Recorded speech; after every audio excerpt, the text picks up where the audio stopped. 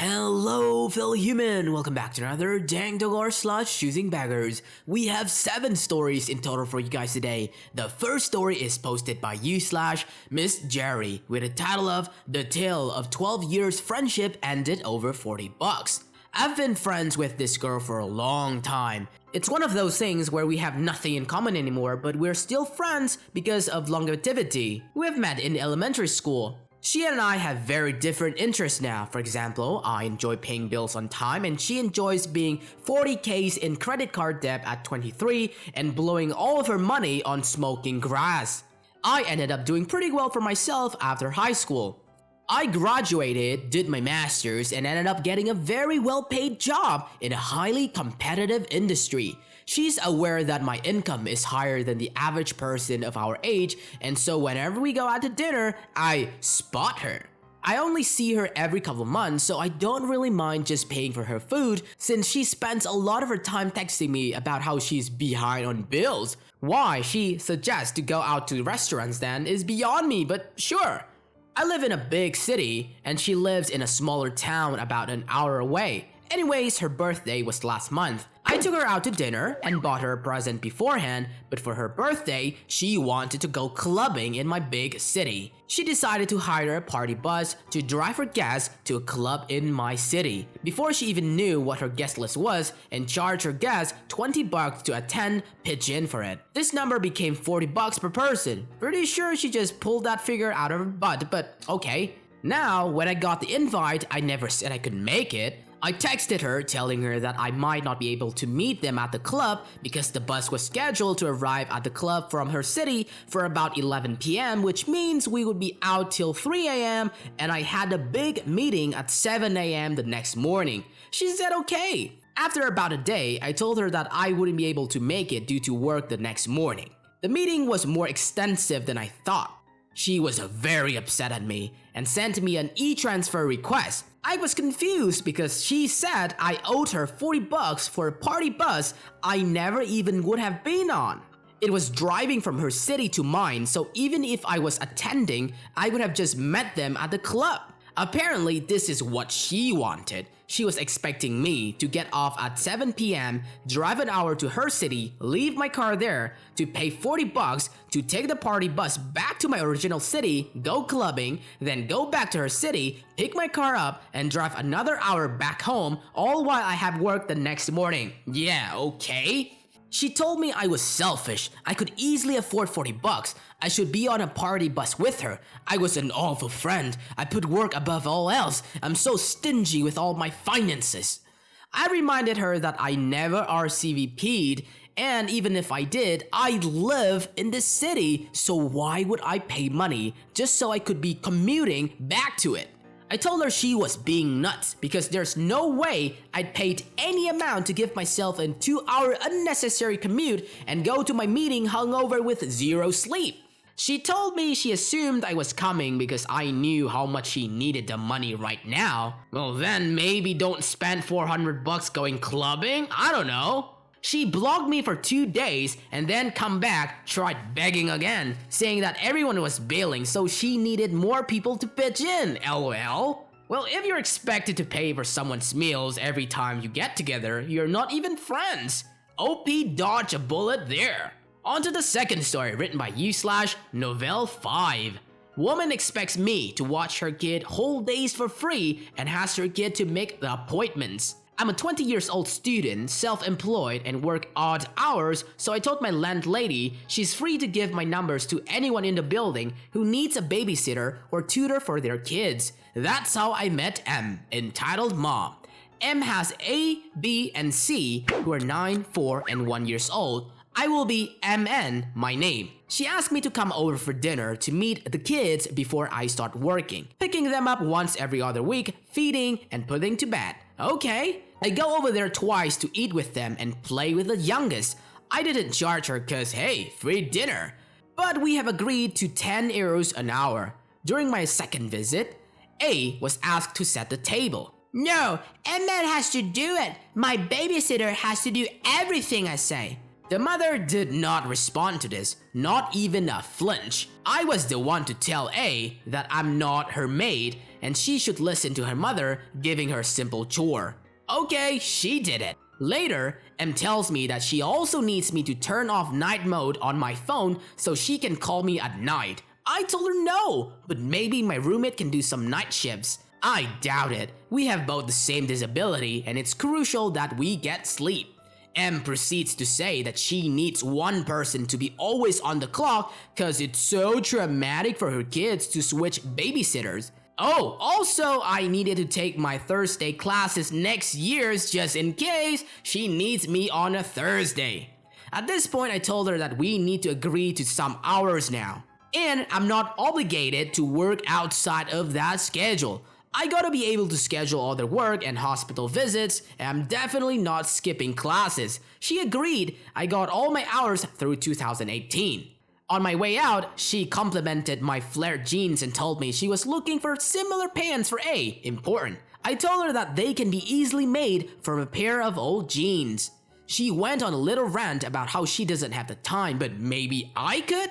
I said I'll take a paid sewing job. Fast forward to my birthday weekend 2 weeks ago. The day before my birthday, I received a text from a new number. Hey MN, can I come over today? From A.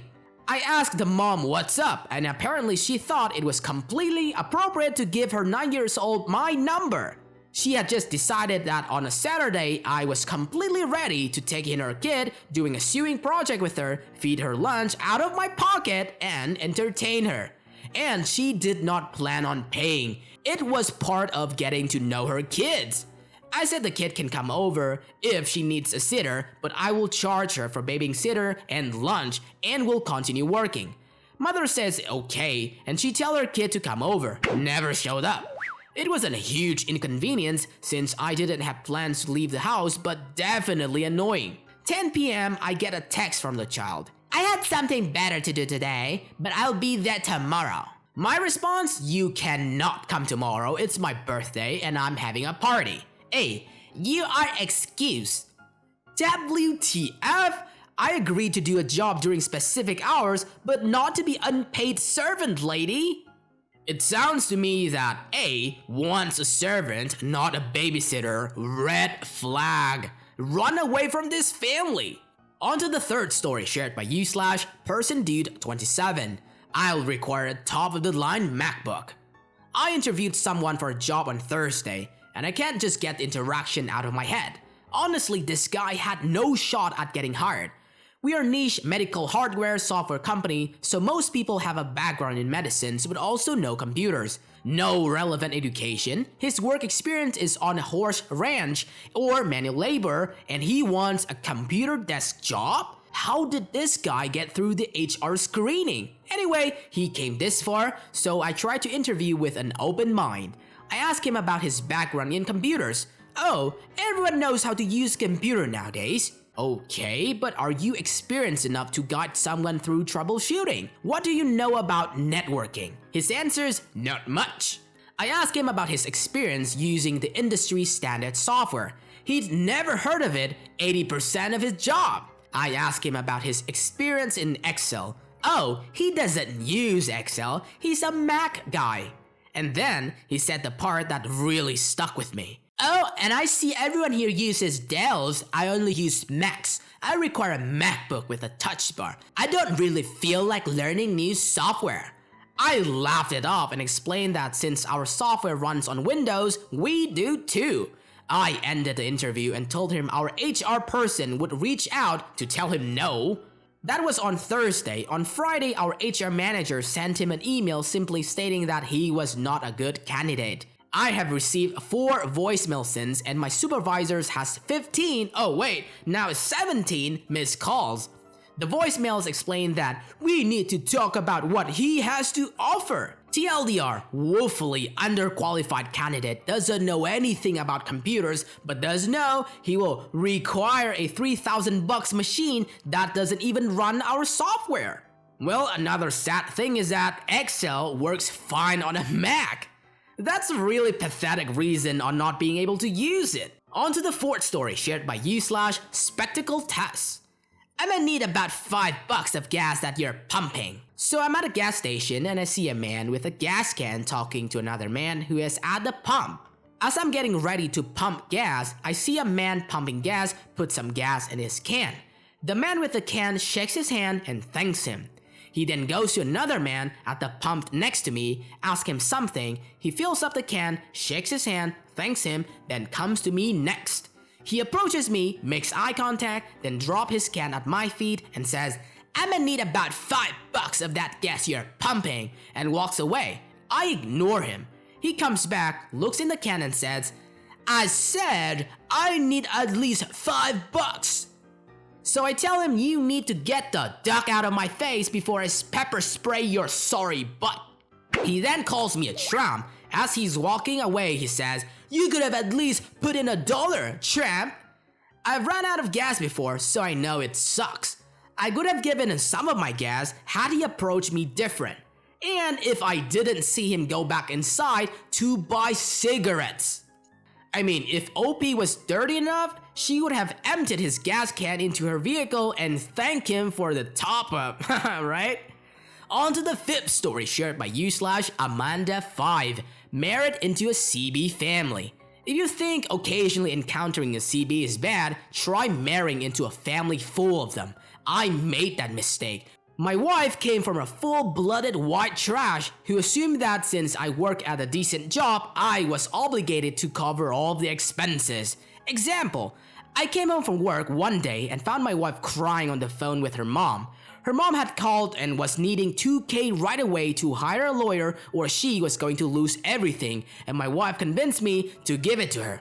It was about half of the savings we had at the time.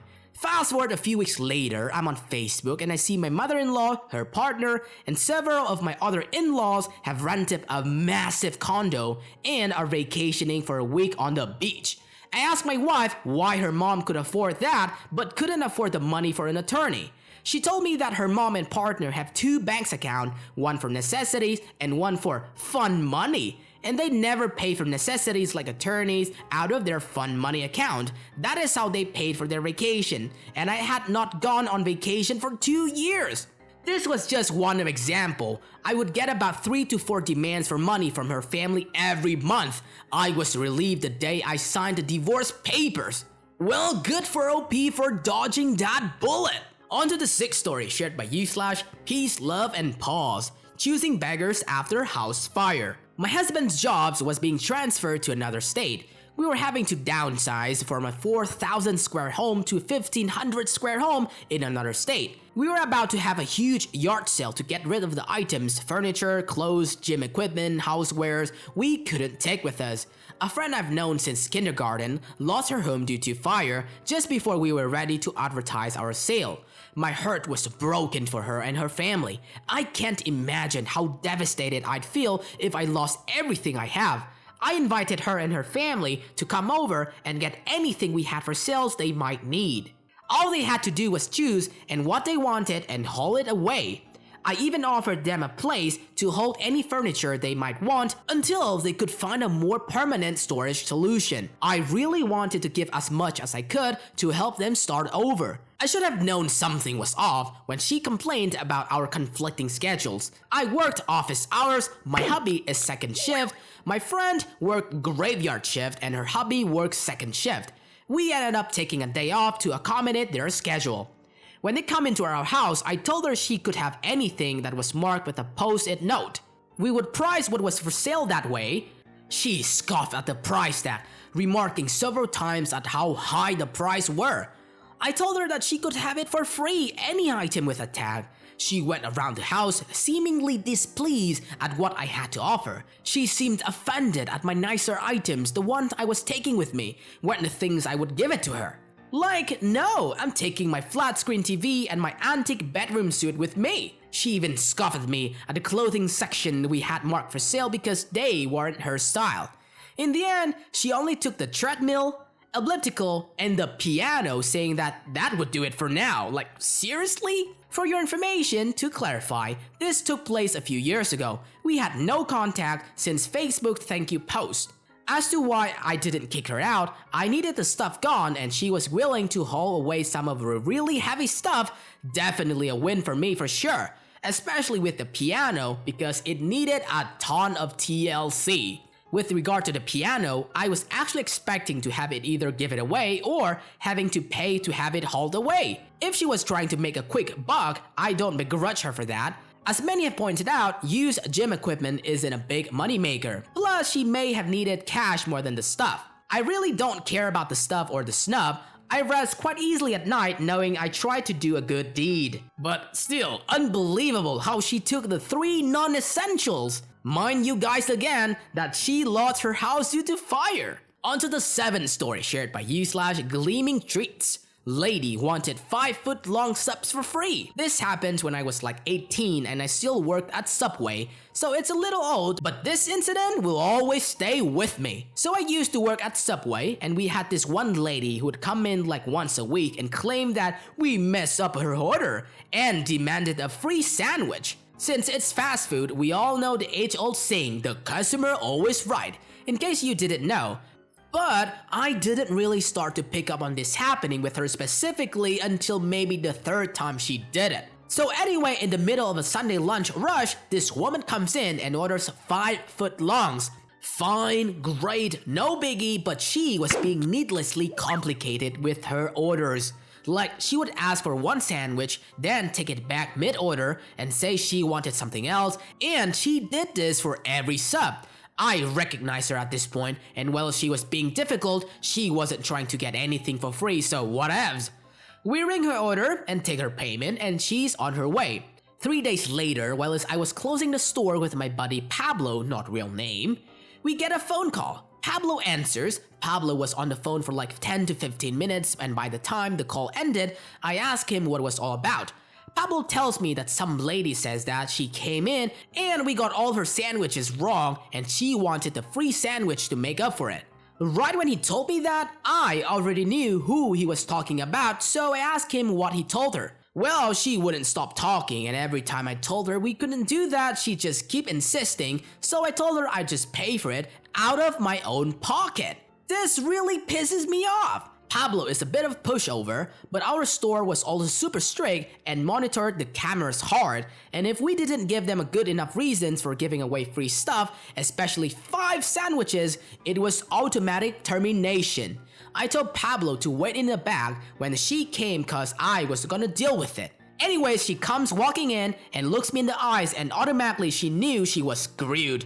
I don't know how to explain it, but you can definitely tell her whole demeanor changed once she realized that I knew what was going on, and it was even more obvious when she asked for my buddy and said that he was going to take care of the sandwiches because we messed them up. Ma'am, I was the one who made you those sandwiches on Sunday, and I know we didn't mess them up because you asked us to remake them so many times that I remember specifically asking you if everything was good a few times before we wrapped them up and sold them to you. Yeah, but Pablo said that he was going to comp them. This is ridiculous. You guys messed up my order, so you owe me those free sandwiches. Pablo wasn't here on Sunday, and he wasn't going to comp them. He was going to pay for them out of his own pocket, and I'm not going to let him do that. We didn't mess up your sandwiches. You come here in every single week claiming that we mess up your orders, and I've taken notice of it. I'd be more than happy to make your sandwiches, but they're not going to be free. What do you mean they're not going to be free? I've seen Subway at Valero do a better job than you guys have because you guys always mess up my sandwich. Screw this place, I'm going to call HQ and get you fired. My husband is a lawyer and we're going to sue you.